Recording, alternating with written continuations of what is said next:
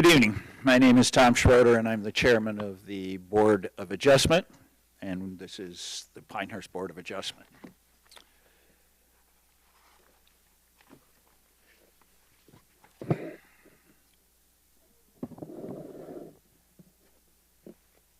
Today is Thursday, May 1st, 2025, and please be advised that this proceeding is being videoed and live streamed on the internet. We ask everyone who's involved to ensure that they have turned on their microphones when they get to them, or make sure they're on, whichever the case may be. Please use your microphone as the recording may become part of the proceedings record. This is a quasi-judicial hearing, and we are required to consider only competent material and substantial evidence presented by the individual with standing in this hearing. And looking around, we don't currently have a forum, but we have a cure for that, and we need to bring forward two people from the Planning and Zoning Board and have them sit on there. They're already seated up here, but I need a motion to bring those forward, if you would, please. I would move that Louise Mercurio and Sonia Rothstein, that Louise Mercurio and Bill Comer be seated for the Board of Adjustments. Second. I have a motion to bring forward those two people, and it's been seconded. All in favor say aye. Aye. All opposed? Okay, these two people have been brought forward, or are ready forward, and are now a member of the Board of Adjustments. Thank you very much.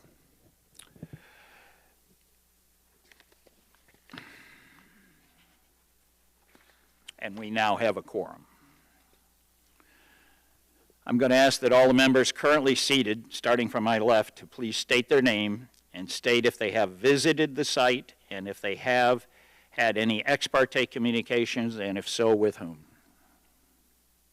My name is Bill Calmer. I have neither visited the site nor have I had any ex parte communications with any of the principals. Matt Jones, I've neither visited the site nor had any ex parte communication. Sonia Rothstein, neither have visited nor had any expectation. Okay. Louise Mercuro, I have not visited the site or spoke with anybody about the case. Okay. All right, thank you very much. I'd like to right now recognize the staff. We have Jean Ann Dawson, who's sitting over there in front of that computer at that desk, and she is our hearing clerk tonight. Alex Cameron, to my right, in the bright shirt over there, who's the Planning and Inspections Director, and Michael, who is standing behind Michael Mandeville, who is standing behind the screen over there and is going to present here shortly. So thank you. Okay, I'd like a motion to open the public hearing. Make a motion, we open the public hearing. Second. Motion's been made to open the public hearing and seconded. All in favor say aye. Aye. Aye. Okay, all not in favor say nay. Passed unanimously. We're now in public hearing. And just to explain quickly what the public hearing is that's the point in time for which we can now take information in about this particular issue. So we will at the end close it again too. Okay. Anybody got any questions on the board? Okay. Then the first group up is the village, who's the representing that side of the equation. And Michael's going to tell us all about what he knows about this particular thing. Thank you. Yeah. Oh, yeah. First, I got to swear him in. Michael, would you raise your right hand? Do you swear to tell the truth, the whole truth, and nothing, so help you God? I do. Okay, you're sworn in. All right. Good evening, everybody. This is the Village of Pinehurst Board of Adjustments, May 1st, 2025 meeting. And like Tom said, I'm Michael Mandeville, Senior Planner here at the Village of Pinehurst. As you can see, here's our agenda, and we are at the public hearing portion of the agenda. So, the purpose of this public hearing is to receive testimony for a variance request from the Pinehurst Development Ordinance, Section 9.2A, Table of Dimensional Requirements for the property addressed as 16 Remington Lane, further identified as Moore County PID number 0002987. The property is located within the R8 zoning district. Specifically, the applicant, Lee Thomas, is requesting a variance to allow an addition to the principal structure that encroaches the minimum 10-foot side yard setback of the R8 zoning district. So the process we're going to go through here is an evidentiary hearing process. Requests for variances are quasi-judicial decisions which require an evidentiary hearing. These decisions are quasi-judicial due to the fact that judgment and discretion is used in applying the standards for review. The purpose of an evidentiary hearing is to gather competent, relevant, and factual evidence on the application, not to solicit broad public opinion. All who participate must be sworn in to provide factual testimony and relevant evidence and limit repetitious testimony. Staff acts as the initial witness, presenting basic information and background on the request, and enters the staff exhibits for the records. The applicant and other witnesses will be sworn in and are able to provide factual testimony on the application to the board. Board members listen, ask relevant questions, assess the credibility of all testimony, remain impartial, and vote on the case. At the conclusion of the hearing, the board shall make its decision based on the evidence submitted and the testimony given while adopting findings of facts on all standards. Whoa. Why did that? Excuse me. This public hearing was noticed in accordance with the Pinehurst Development Ordinance and North Carolina General Statutes 160D-406. As you see, that's the public hearing notification that we sent out to the adjacent property owners, and the hatched parcel is our subject property. So to the request, and as you can see here, the table of dimensional requirements for the R8 zoning district is highlighted. This request is before the Board of Adjustments as the applicant requests to allow an additional principal structure to encroach the minimum 10-foot side yard setback in the zoning district. The R8 zoning district, again, has a 10-foot minimum side yard setback. The request is to encroach 4.2 feet into the, excuse me, I missed that. It's 10-foot minimum side yard setback at 16 Remington Lane.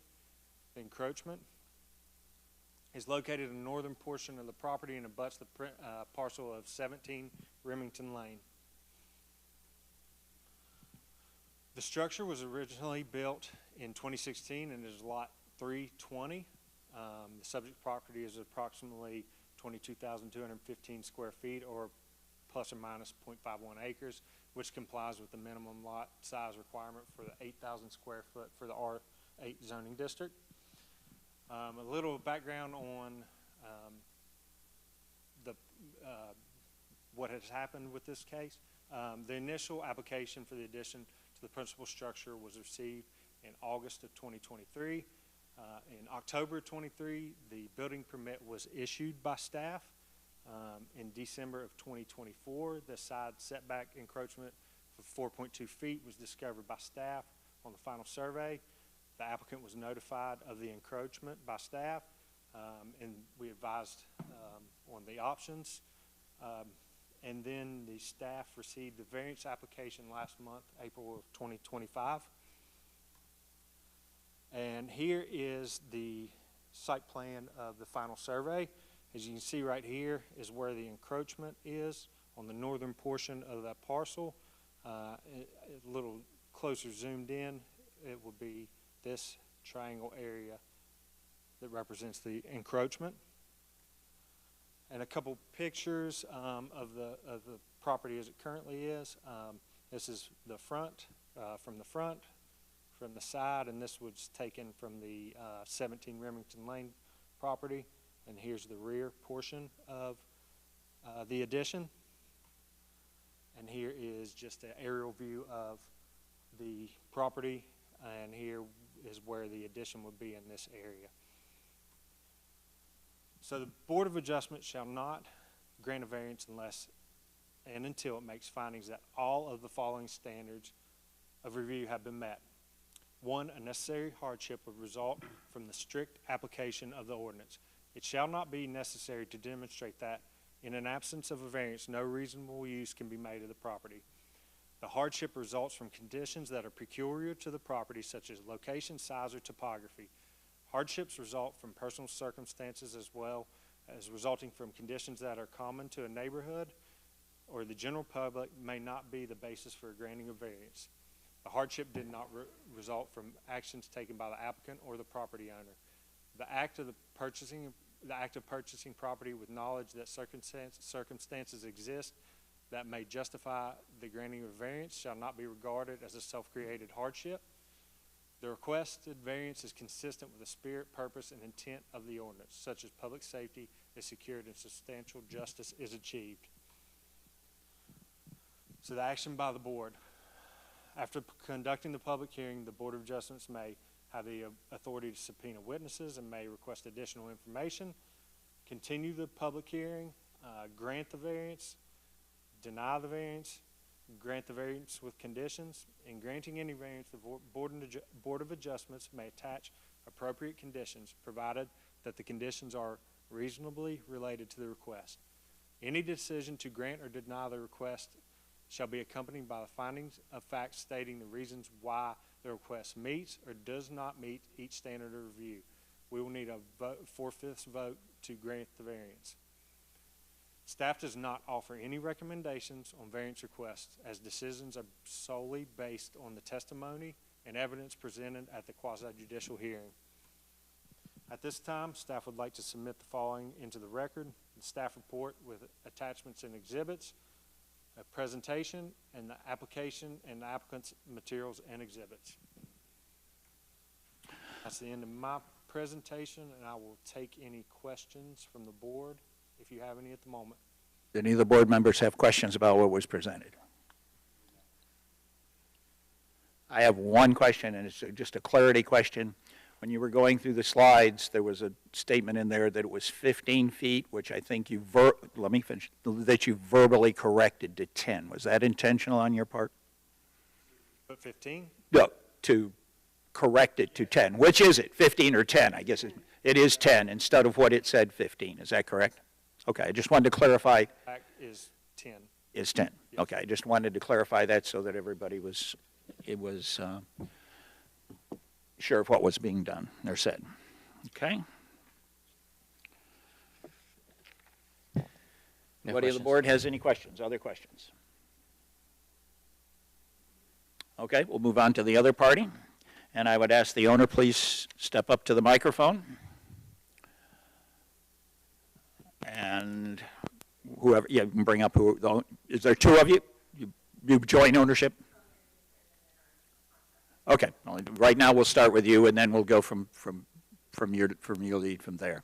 Could you just, real quick, please, if you just make sure you're close to the mic, or if you pick it up, thank you. Just want to make sure we get Is it it on? caught up in there. Yeah, you can either, if you want to stand up, you can use the microphone behind you as well, so it's either way. It just needs you to stand up till I swear you in.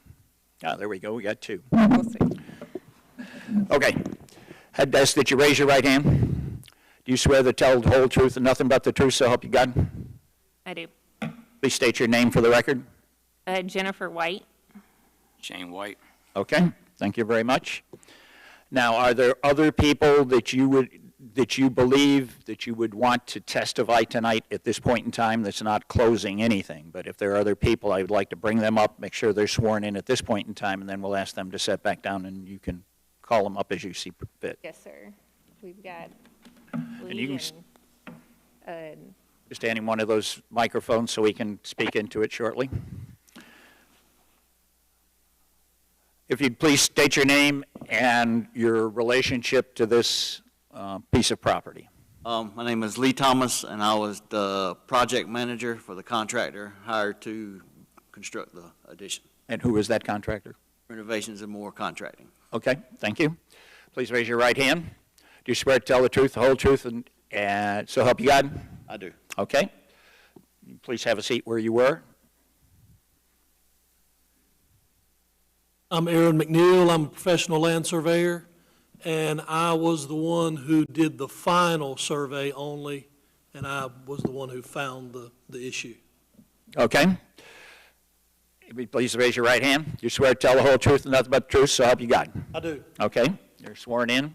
When you come up to testify, and just a warning that you are still under oath. Just because you sit down does not clear that oath. Okay, thank you. And the same goes for you. You're under oath. So,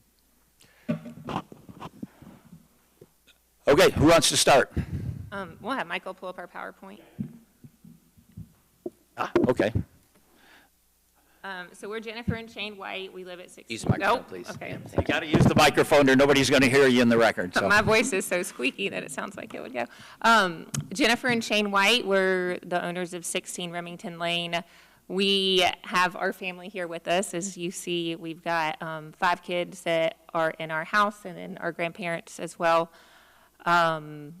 Over the next couple slides, you're going to learn a little bit about our life. I'm sorry if it's a little too much, but for you guys kind of just to get a picture of, who we are and how this process went through. Here is a picture of our kids. They are 14, 12, 11, 5, and 3 months. The purpose of this is, we're requesting a variance due to the 4-foot encroachment that resulted in our contractor as well as our architect and not fulfilling what they were, hired on to do. We look forward to, explaining what happened and going from there. The bottom is the rooms that are on the addition to our house. It's our 3 older boys. This is the first time that they have ever had their own room. And so that you guys can imagine how crowded of a house it was prior to that. You can go to the next slide. All right, baby. You can go to the next slide. All right, so as my wife said, you're about to figure out a little bit about us. So in 2015, I got stationed here. I'm active duty. I was active duty Marine, just retired April the 1st after 20 and a half years. Thank you for your service. I got moved here to JSOC to serve a 5-year tour here. And along the way, I met my wife in 2016. Then she had a house that would fit us as the boys were then, we were a blended family, so it would fit us at the time, but not necessarily what's going to happen in the future. So we started dating, and in 2017, in March, I moved in, but like I said, the children was living in Virginia. And then in October, we got a notice from her that, hey, she's leaving in 2 weeks, and she's dropping the kids off to us. This is the same time as I'm about to get ready to go on an appointment as well. As my wife mentioned, you see our grandparents here, and we brought them here because this is our village. This is what kept us flowing while I was deployed. So in December 2017, I deployed in undisclosed location to support OIR against ISIS. And then from that, once again, my wife took in, which was then my girlfriend, took in 3 kids that wasn't hers as her own while I deployed. And then from that in 2018 of October, we was married. Once again, the boys are already with us. 2019, I deployed again to Afghanistan. Her mom stayed mostly in there with us. We had an extra room in there for her to stay at the time because the boys were, since they was new to the home and stuff, they kind of want to stay together at that time because they were so young. In 2020, I then was reassigned to Camp Lejeune to do, I was then moved to Infantry Battalion, then later back into soft community.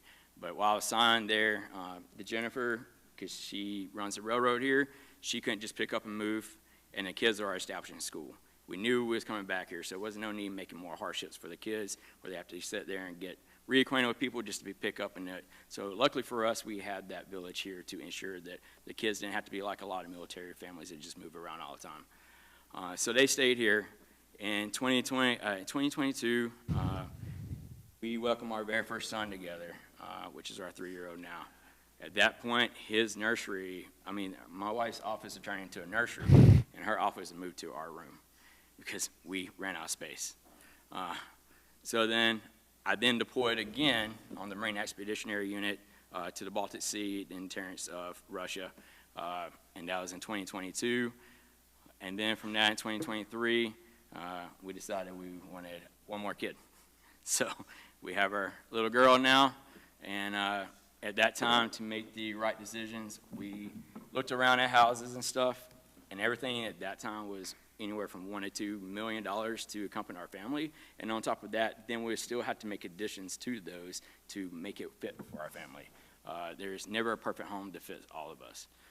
And then from that, then my wife had a meeting with Timothy from Renovations More, who was the original project manager. And from that, you know, they said, oh, we'll be done by February the 1st. As you see in the timeline, it was not February the 1st of 2024. This is also, as I said, my wife is now pregnant with our daughter. I'm at Camp Lejeune, so at that point, we're trusting these guys to make the right decisions in our behalf. From the time the survey is done to the time that the building takes place, to ensure every permit's there. We just did not have time for that, and my wife is sitting here pregnant along with 4 kids by herself. I was coming home on weekends, but that was the most that we could do. Also reversed back to 2022 while I was deployed. That's when I also made the decision that it's time for me to get out of the military. So I did my obligation service to 20-year mark, and I got out because, once again, the Marine Corps is going to make it more hardship for our family, and as we said, we are not that family who tries to make hardships for us. At that point, I sat down with my CO&M and made the decision to give up my promotion, and then also made the decision to come home after 20 and a half years. I would love to keep serving. Being in the SOF community was the easiest thing, but that was not fit for my family. And then from that, April, we got pregnant with our little girl, and then July the 7th, that's when Lee, they'll testify later on, took over because Timothy, who was there as original project manager, decided to go back into service again. Commend him for doing his service, but at the same time, it was not a good handoff. So from that, they sat here and handed off, and Lee got thrown into it, and then November, that's when the house actually came livable. To this day, we still have a punch list still there for some electrical and some cosmetic stuff. But as far as livable goes, being able to get the kids moved down so we can stay here and move our 3-year-old upstairs to where our 2 kids were sharing a room at, to building a nursery, we got it where it's livable by then. But once again, the timelines went from February to June to November. And they're still constantly working even after the kids moved into their rooms. Even up to the last month, they were still doing some cosmetic stuff. As you can see in the top left, that's where the house was originally looked like when it was first built. Even to the right, that's the area of the backyard. And when you see the, one good thing about one thing I do want to take a look at the right side is that's where the addition's built at. And as you can see, there's a natural slope to that. And because of that, that's why we chose that location to build the addition. As to the back of the house, we already had a deck on there along with a patio, and then there's also a guest fireplace.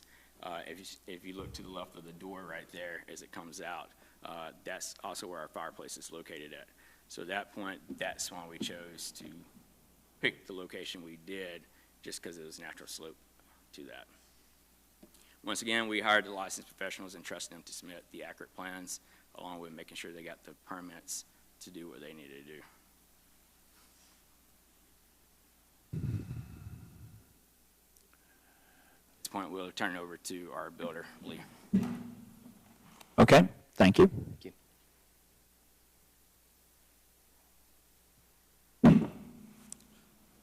Hello. This is a timeline of events of how I saw them occur.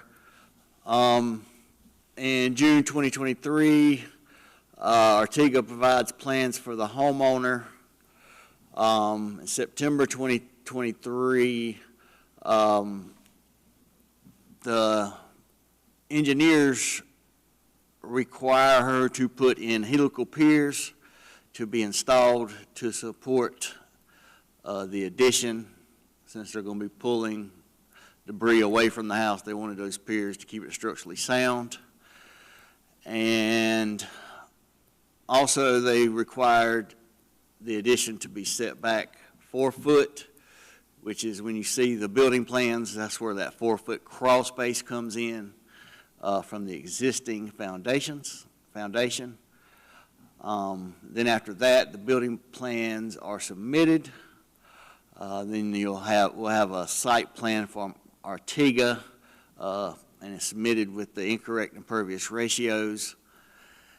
And then another one is submitted from Seven Lakes Engineers with the corrected impervious ratios. Then we have the building permit issued. Ground is broken, construction begins. Around July 2024, Tim Brady, the original project manager, re-enlists in the military, and within about a week before that, Tim leaves, and I was hired on as project manager and stepped into the role. And at this time, the project was completely dried in and ready for siding and drywall on the interior. And then in November 2024, the addition is mostly completed and all inspections are passed. And then you'll see we got the final survey completed showing that the addition has encroached on the setback approximately 4 foot at the corners. Also, after that, we met with Michael, and he advised us to reach out to the adjacent property owner, because we hadn't thought of that yet, to purchase the land. Excuse me, let me interrupt. Who's Michael? Okay, I just need to understand who you're referring to. So if you would add last names and stuff where you can, I'd appreciate it. Michael Manuel, he gave us the idea to reach out, see if we could purchase the property next door or part of the property.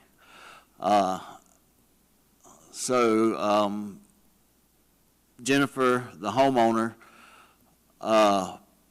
tracked down the adjacent property owner, and she had agreed to sell them a portion so that we could meet the setback requirements. And then sometime. Sorry to interrupt you. Do you have any record of this, or we just got to keep your testimony to anything that you know firsthand or have done? Okay. No. Sorry. Oh, you got to. If You you're go going ahead and come to the microphone. you can talk. I'm not, but you got to do the microphone thing. I do have text messages with the adjacent property owner, and she was planning on selling it to us. It sounds like her and one of her friends got together one evening who ultimately ended up being a realtor and decided to tell her not to sell it to us after we had the survey ordered, and it was finalized. We were sending it over to her, and then her friend and now realtor just called us and said that she would not be selling it. Okay. You telling that as firsthand is sufficient, so thank you. And then after we found out it was purchased, I tracked down the new buyer of the property to see if they would sell us the land needed for the variance required, and they would not.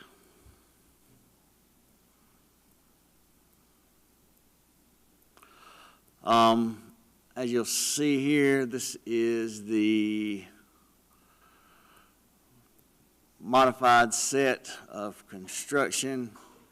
And you'll see the 4-foot crawl space added in the bottom. Does that one show the helical piers in there too? That might be the next one. Yeah, that's just a side view, shows you the elevation, and the basement kind of topography of why they wanted to build on that side of the house. And that's just another camera view.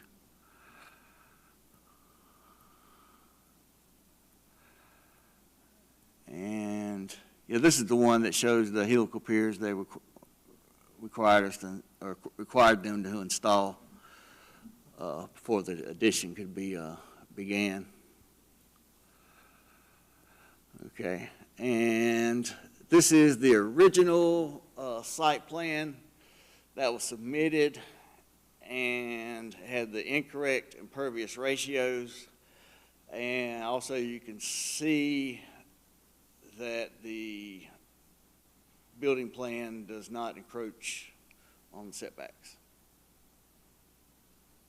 And that was provided by Artiga.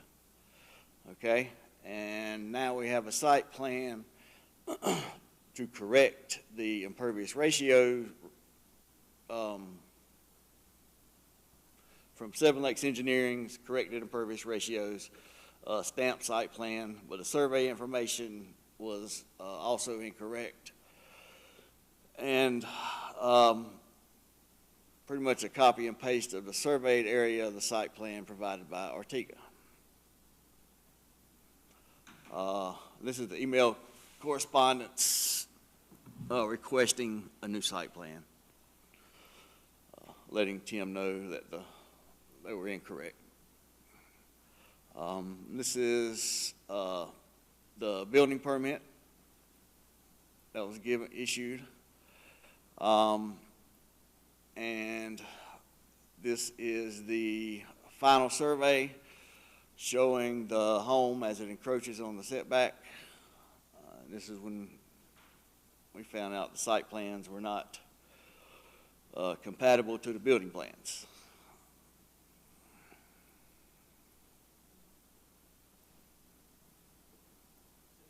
Yeah. And next, I'd like to have Aaron to provide some information for you. Okay. Please state your name again. I'm Aaron McNeil. I'm a professional land surveyor. I was called to this project after the house was fully complete and ready for a CO upon final survey. So I had no prior knowledge of the construction until I got there in November, December of '24. What I have found in my investigation is that Mr. Artiga, I feel, in my opinion, manufactured the site plan in the beginning. He took the old survey that was done in 2016 by another surveyor, and he basically copied and pasted. With the CAD system that I know he has, because he drew those other plans that you saw, it would have been easy to have known that he was going to be in violation before the first ounce of concrete or the first nail had ever been driven. Okay, but do you have direct knowledge that that happened? Can I have a point of order real quick? Sure. Just because of some of the terminology, and I know Mr. McNeil professionally, as most of our staff does. Mr. McNeil, would you please elaborate on your license to be a professional land surveyor in the state of North Carolina, because it's important, Board of Adjustment, because he mentions in his professional opinion, and I want the board to address the fact that he could be accepted as an expert witness. Okay. It is in my opinion that the site plan that he presented in the original request for a building permit, the site plan he gave was not of an actual house location of the existing home that this couple owns. Okay. He took a proposed house location from a survey prior to the house being built, and he used that to manufacture a site plan that would meet the village requirements. That site plan has no surveyor seal or signature on it. I have personally met with the surveyor who did the original survey, and we both know and concur that it was copied and pasted from an old one, and he didn't get an updated site plan. So that's the number one thing I found in my investigation. Number two, So you are saying that you can't speak for him. You can speak for yourself, please. I'm speaking for myself, but I can tell you under oath that I met with him and I had the conversation with him about this project. Before you move on to the second point, on the plans we have from Seven Lakes Engineering that show the site plan, there is a note that says this document originally issued and sealed by Ryan McBride on January 29, 2015. Is he the original surveyor Yes. that you're referring to? Yes. Okay, go ahead to your second point. At some point, we're going to have to go back and talk about your credentials. Right. You can do that My at the end. credentials, I'm a professional surveyor, licensed here in North Carolina. This is my 25th year holding a license. I have experience in all boundary surveys, construction, layout, topographical, so basically pretty much anything a surveyor is allowed to do in this state, I've done. I was educated out at Sand Hills Community College, and I did my apprenticeship time with Emmett Rayner over in Southern Pines. Okay, thank you. The second thing I found in my investigation was the fact that no foundation survey was on record with the village. So it's under my experience, after that block, first few courses of block were laid, there should have been a foundation survey. If there would have been, it would have been caught then, but there was not one. Now, I don't know why there wasn't one. I have no knowledge of why that didn't take place. So if that would have happened, this would have been called early on and could have been fixed then. But with the issue of changing lead foreman on the contract, on the job site, and shuffling around, adding things that may have just got lost in the shuffle, I don't know. But at some point, it did get lost. At some point, it did not get done. Is that what you're saying? It did not get done. Okay. Yeah. Have you have yourself on other projects performed foundation surveys for the Village of Pinehurst? Yes, sir. Yes, sir. Many, many times over the last 30 years, and that 30 years would include my apprenticeship time. Okay, thank you. What the lady said, Ms. White said about them trying to get property from Lot 17 to their right and their north, that's true. They also hired me to do a survey of that lot and calculate an area to be bought so that they could come into compliance. That survey was done, but as she testified, they were unable to purchase that property. That's basically all I have. That's a quick overview of my knowledge of it, but I'll gladly take any questions. Just for the record too, Board, I do want you guys on the record to accept Mr. McNeil's opinion, testimony, or accept Mr. McNeil as an expert witness in this case. Any thoughts about that? Comfortable? I'm comfortable. I'm comfortable. I agree. Okay, looks like unanimous So is that- accepted as expert witness. Thank you. Sir. Okay. Back to you, folks.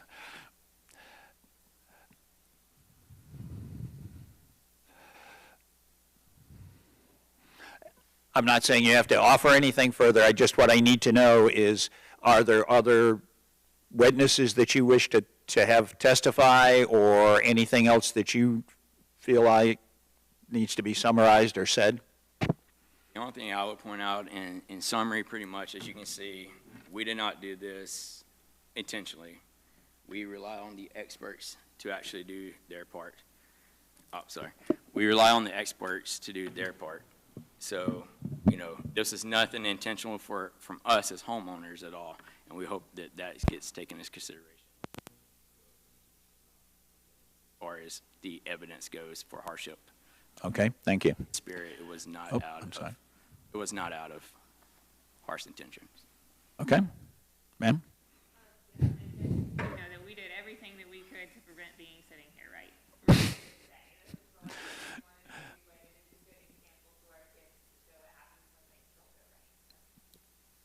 Well, thank you. Thank you. So that's the end of your testimony then? Okay? No other witnesses to come forward that you want to call forward? We would want to enter this as an exhibit, this slideshow. It was provided me today, so Yes. we want to enter this as the applicant's exhibit. You don't have that right now? Or Okay, you do not have that now? In possession? You do not have that in possession? yes, I do. Okay, I just want to enter it as an exhibit. okay, thank you. We'll enter this slideshow as Exhibit 4. Thank you. That's it. Fine. You can either sit there or welcome to sit over there. You may have to come back up if there's questions or whoever else. You can just sit there if you want. That's fine. And the same with the two other people that testified. If there are questions that come up, we may have to come back up and discuss them at a point in time. Okay. So the applicant has provided all of the information they feel is necessary. Do we have a list of speakers or people other that want to testify?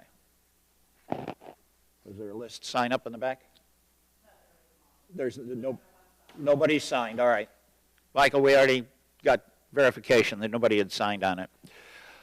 Having said that, is there anybody else who feels a demanding need to stand up and provide your part of this information?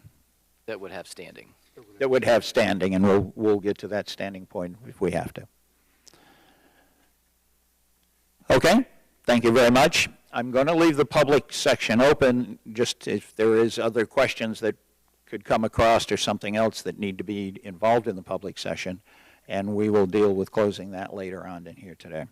So we're to the point now where it's up to the board to ask questions, clarifications, additional information, whatever is appropriate for us to determine the answer to tonight's proceeding.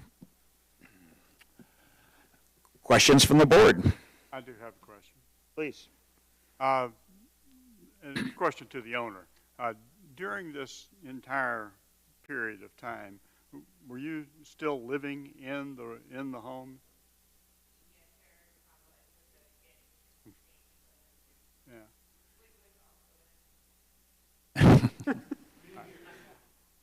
Yes, we were still, is it on? We were still living in the home while it was under construction. Other questions?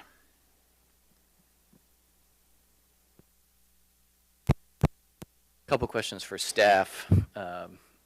As we're hearing this testimony, can you explain a little more about foundation surveys? And is that done in every project? Was one done here? Is staff that's sworn in able to speak to that, Michael?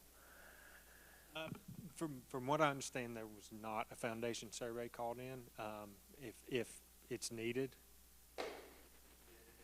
called in to us, and our inspectors go out and do it. When you say called in, as in scheduled, is that the builders who calls in? Whoever's responsible on the applicant's end, the builder's end, to schedule an inspection with our building inspectors. Okay.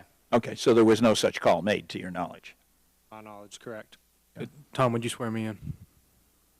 Alex, please raise your right hand. Do you swear to tell the whole truth and nothing but the truth, so help you God? I do. Okay. All right, so the requirements for a surveyed site plan are essentially if it's a new single family or if anything has a permanent foundation, right? So we require a signed and sealed site plan before permit issuance showing compliance, okay? Okay. If a proposed structure or an addition in this case are within 5 feet of a building setback, then that is when the requirement to have a foundation survey and a final survey comes into play. Okay. I believe that answers Board Member Jones's question. That does. Thank you. Yeah. Other questions? Thank you for that.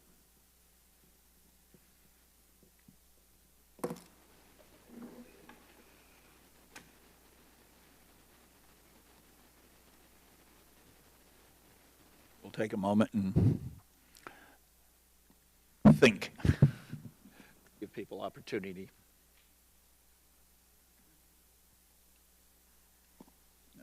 ladies, it needs to be public, please. You're going to talk. Yeah, I have a question. Why do we have that 10-foot setback? I mean, what's the reason for it? Maybe that will help us understand better. I don't think there is a specific reason for the 10-foot setback, other than you're just allowing for separation between homes, whether, based on lot size. The bigger the lot, typically the bigger, or the more stringent the setbacks are.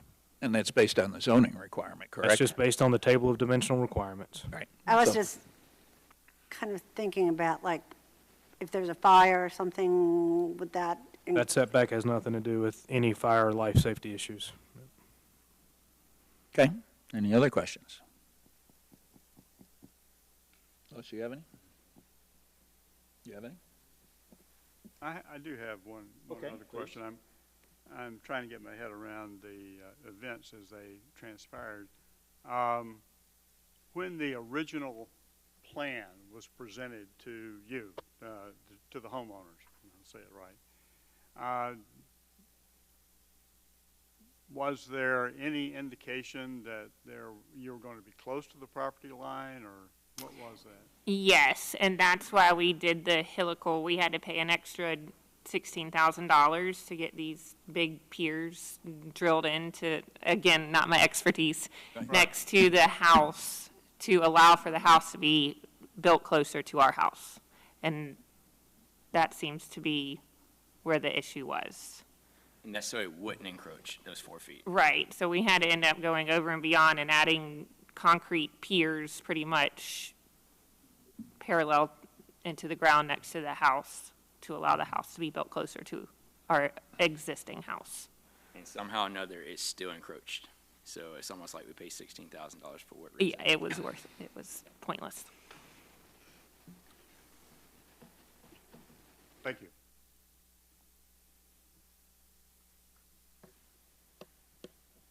You got any more, Matt? Thinking. Thinking. Okay, we'll spend some more thinking time. Sometimes takes us a minute to figure out and listen to all of the stuff that we're doing. So that's what people's minds, if you see smoke coming out their ears, that's probably why especially mine. I have a question for Aaron. If you could come up to the microphone.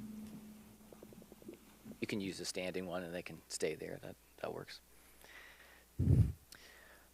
On your survey, your final survey as built, so you show there's an iron at the right of way there for the property line, the property corner.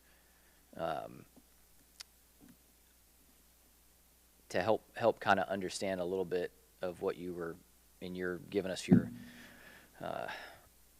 your professional opinion on the prior survey that was done, and kind of using you as an expert witness here. That survey did show an iron. So you kind of said it generally, but take us a little bit in the specifics as you kind of looked at the records of the prior surveys. Break it down a little more on. You said it was overlaid, but they did have an iron on there, so was it just not aligned with the actual, or?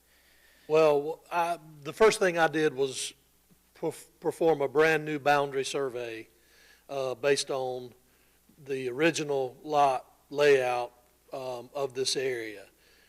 And I found that I didn't know about the 2016 survey when I did that, so I used the old original layout of this area. Yep. Okay.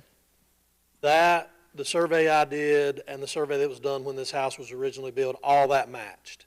So the irons in place were the irons that were used then, and they're the same irons that I use today. So all of that dimensionally checked. I went a step further in the end, too, to acquire the original set of building plans to make sure that dimensionally the house, the addition that was built per plan. And I found that to be true.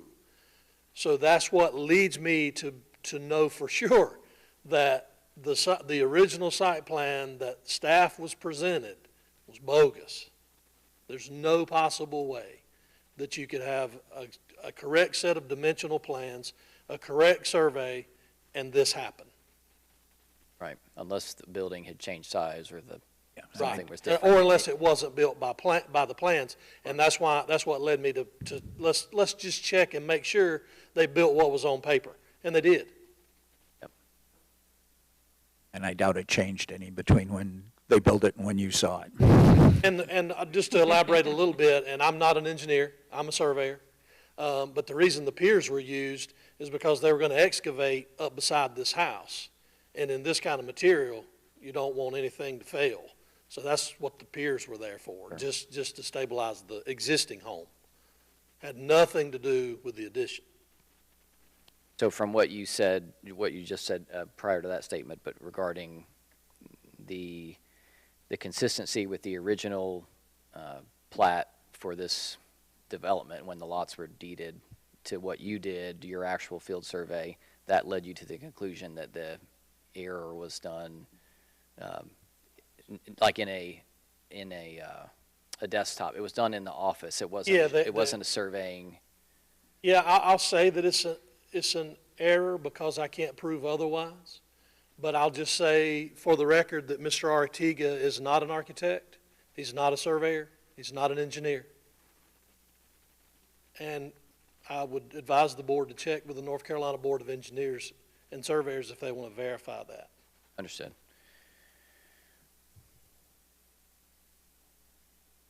Okay, thank you. That's helpful.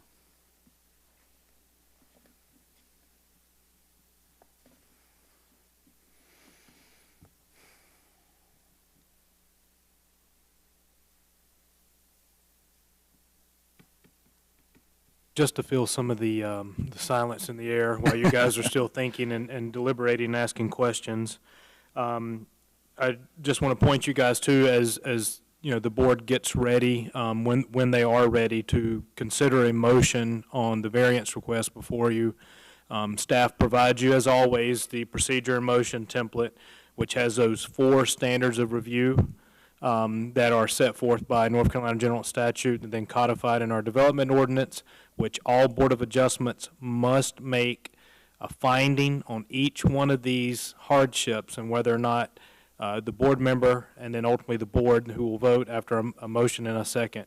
So, you know, we give you opportunity there to fill in the lines and whether or not you feel something met or does not meet one of those standards. So I want to make sure you guys use this as a tool to help you with that. I know some of you have, you know, may not have used one of these before, so I just wanted to remind everyone of Okay, thank you. the cheat sheet that we provided. Well, I don't know as I'd call it a cheat sheet, but the format that you provided. Guide. I do have another question.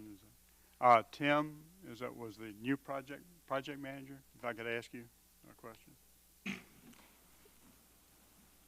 Lee Thomas. Lee Thomas. I'm sorry. You're fine. Could you describe what transpired when in the actual handoff between you and the previous project manager? What information you were provided? What questions were asked? I mean, what happened? So everything was pretty much built already. The foundation was there. The framing was there. It was right in. The roof was on. So all the inspections have been passed up to that time. And everything looked ready to move forward. And the size of the property, you really can't tell that you're going over the property line until it's actually surveyed because there's no physical boundary there to say, hey, don't go past that line.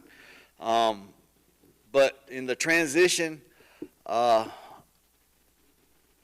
was just given a materials list and a pat on the back pretty much because he had to move on and I was just kind of stepping in to help out.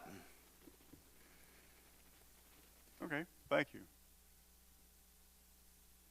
You indicated you might want something else to go that you wanted to talk about or somebody else to deal with some? Oh, no, I was just, Tim was our previous project manager. Okay. I knew I got that name somewhere. Yes, sir. He's Please step up to the microphone. I just want to be clear, since you've called me an expert witness, I want to be clear that this couple in front of me had nothing to do with this. They're at the total mercy of the professionals they hire. So when the board makes this decision, I would ask that you take that in mind, into account. You know, this is not a problem that they created. It's a problem that was created by the folks who were supposed to be doing better. Okay, thank you. Mr. and Ms. White, remind us, when did you purchase the home? I built the home in 2016. Okay. Say again, please. I built the home in 2016.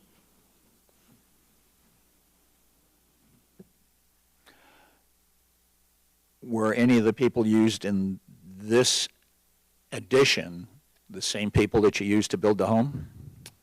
As builders, no, but Enrique did the plans for the original home. Okay. But as builders, no, sir. Okay, thank you.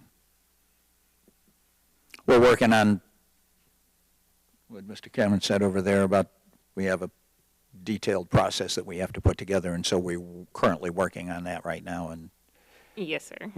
we will be back with you shortly. Meanwhile, we may ask some questions too.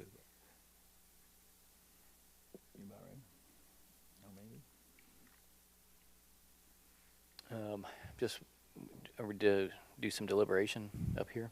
Yeah, we can. Okay. Any thoughts from any of the members of the board?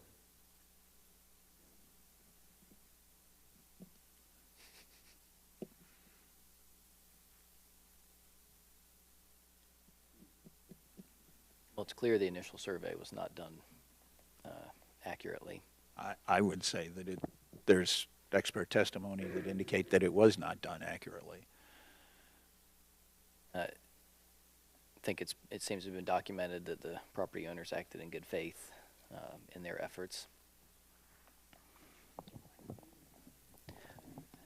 It seems to have been documented that the property owners acted in good faith in their efforts.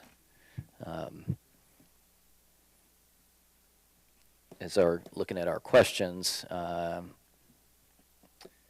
unnecessary hardship result or not result from the strict application of the ordinance?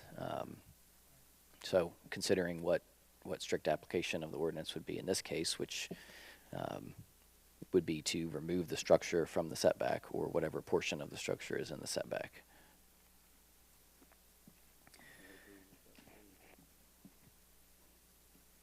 Hardship. And then, does the hardship result from conditions that are peculiar to the property? Would say yes. Which is specific to the property, not to the property owner. So it's got to be to that property. Well, it is in a sense to the property because the property is laid out like it is. Right. With the hill on it and so on and so forth. So, and The boundaries of the property are a property of the property. yeah, there you go.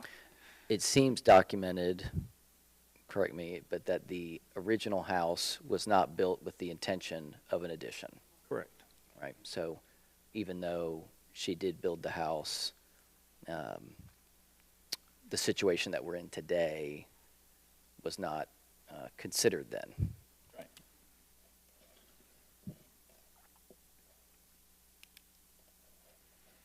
If it had all been built at once, that would be a Different story, different yes. story.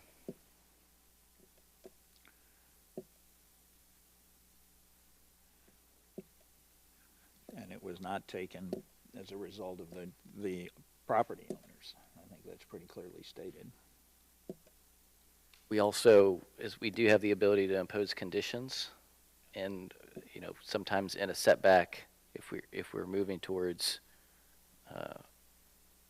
allowing a variance, we could and maybe get staff's input on maybe what in a side setback would there be some sort of condition with the understanding that a setback is intended to be that barrier between properties, vegetative, fencing, something that would provide what a side setback is intended to provide if, again, if we were to move forward with allowing the variance as a condition.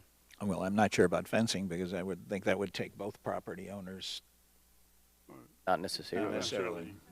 If you Well, put there it ain't a on- whole lot of room between Well, that's true. the back and there to do it, so that may be, Well, a fence can be right on the property line. yeah, Just in- And so could landscaping. Right. yeah. They'll have the 5 feet there. What is in the space between the edge of the structure and the property line right now? Can the property owner speak to that? There's nothing right now. Was it completely cleared? Yeah.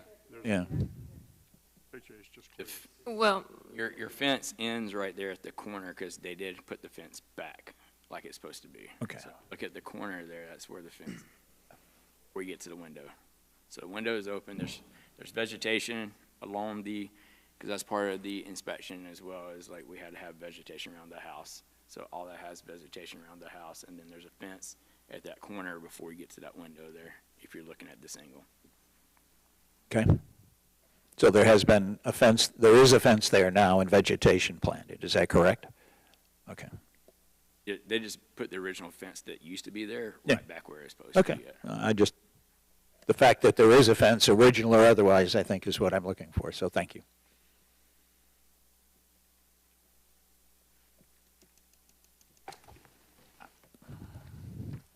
Can you pull up that final survey again, Michael?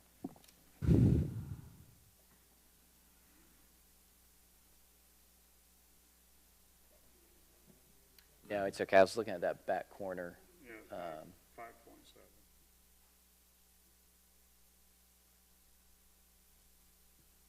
Looks like 5.7 feet. Yeah. On the front corner, yeah. Right, on the front corner. The nearest corner would be 5.7, which theoretically would allow for a walkway, passageway between the fence and the edge of the building.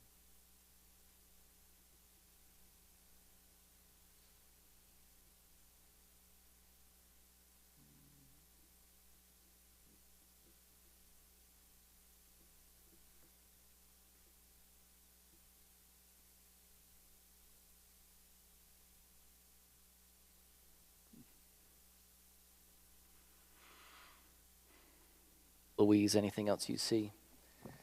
Louise, anything else you see? Anything else you see?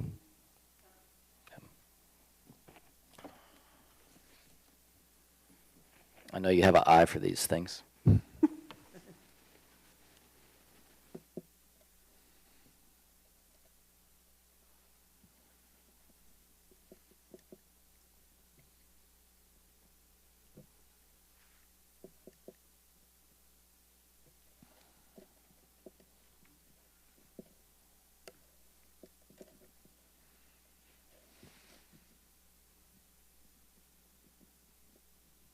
Where is the original contractor for this now? I mean, is he out of business? What? Okay. Out of the area.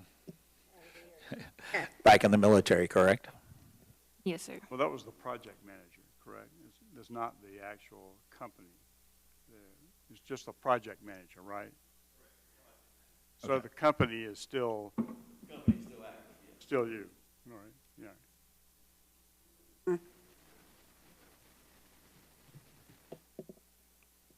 In that case, now I get to ask this question. Is the company that did the construction licensed as a general contractor within the state of North Carolina? Yes, we're licensed building contractors in the state of North Carolina.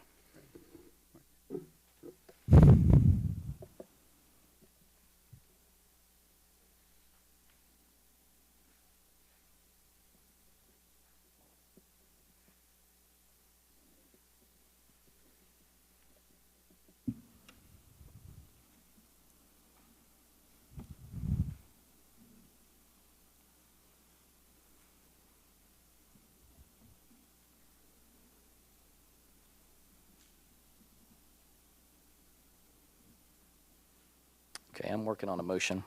Okay. Let us know when you're ready. Unless somebody else is working on a motion as well. Taking a shot at it. Okay, before we do this, can we talk about conditions? What do you guys think about some conditions in the setback? But before you guys get too far into deliberating, discussing any potential conditions, any of these conditions, as you may recall from Michael's slide, have to be reasonably related to the request. And I would recommend also that they be based on evidence and testimony that's been provided to you guys on this case at hand. Nothing, no conclusions that have been made by the board absent of any of that evidence or testimony that's been presented to you.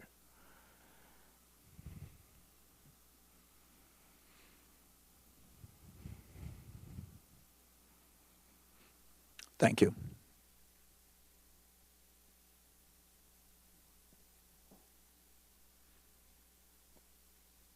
So in terms of condition enforcement, how specific do we need to be? For instance, We just get to set the conditions, and it's up to the village to enforce them or not. so we can't. So We don't do enforcement. Understood. So we can't say, we want to say work with staff to determine, no, we need to say what it is. Okay. We can say a condition, but that's the last part we get to go for.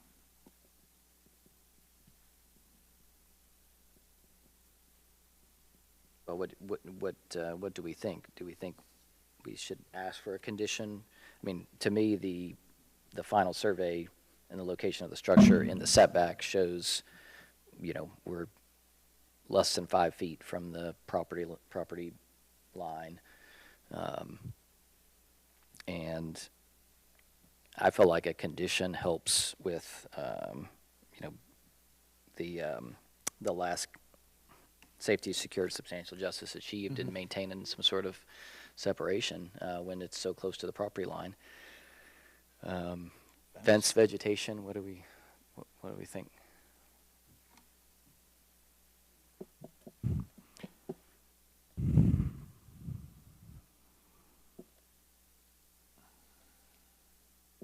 The other,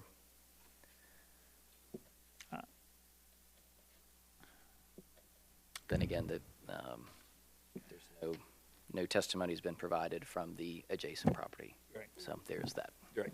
So there really isn't anything to base the condition on. According to the drawings and the pictures that we have seen in the package, there is nothing on the adjacent property at this Right. point. It's vacant.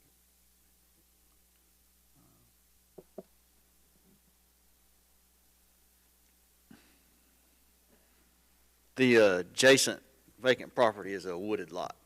Right. Thank you. That doesn't mean it'll stay that way forever.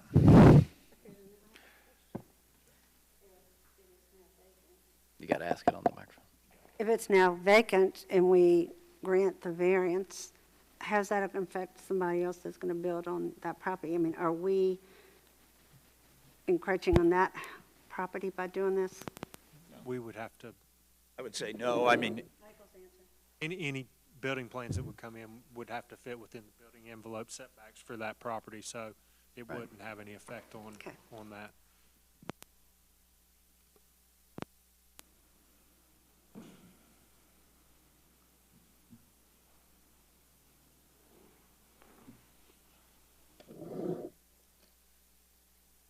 And the setback, the building setbacks for that lot, 17, I believe it is, are the same in the PDO as the Yeah, setbacks for the. it's all R8 zoning. Yeah, they're all R8 zones. Yeah, So- correct. So they have the 10-foot setback, building No. setback from the They'll side have the as well. exact same setbacks as that property beside them. Right.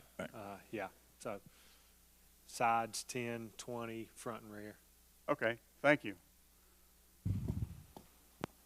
15 feet between. yeah.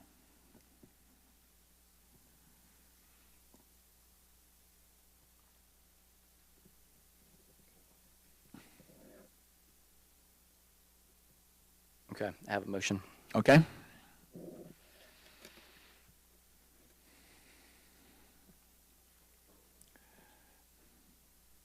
I move the Board of Adjustment approve the variance request for 16 Remington Lane and adopt the following findings of fact. Unnecessary hardship would result from strict application of the ordinance because of impact to the family to remove the structure, the additional structure with bedrooms in it, which are currently occupied, and the impact that would be to the family on the property. The hardship results from conditions that are peculiar to the property, the layout of the existing home that affected the location at which the addition was made.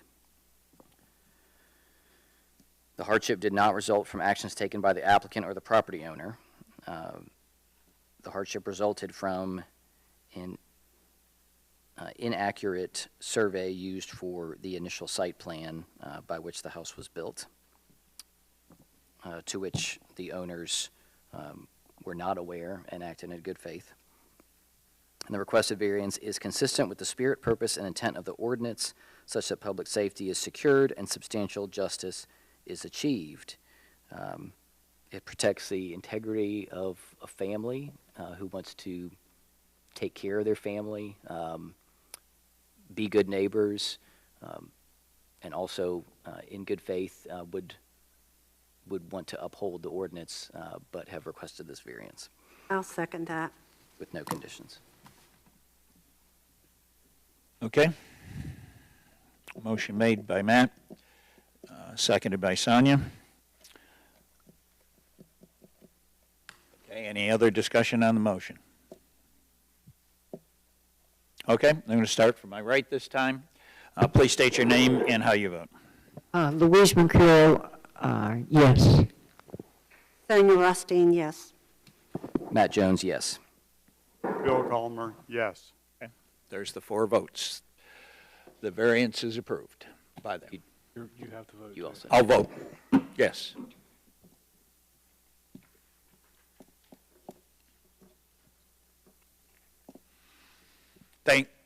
Thank you all We're all so set, much. folks. Thank you. Thank Very you. much. Appreciate it. Appreciate your time. Sorry for your difficulty. Yes. Okay. Here, a motion to close the public meeting. I move that we close the public meeting. Second. Okay, motion's been made and the meeting's closed. Any other new business? Not new, but old. Okay, old business that we want to talk about. Anxious to get into the public hearing, we did overlook the approval of the minutes from the previous meeting. Oh, okay, thank you. Thank you. I move to approve the minutes of the January 2nd, 2025 regular meeting. Second. Motion's made and seconded. All in favor, say aye. Aye. All say no. Nope, all approved. Thank you. Motion to adjournment. I move to adjourn the regular meeting. Okay, made and seconded. Any discussion? All in favor? Aye. Aye. It's unanimous. Thank you.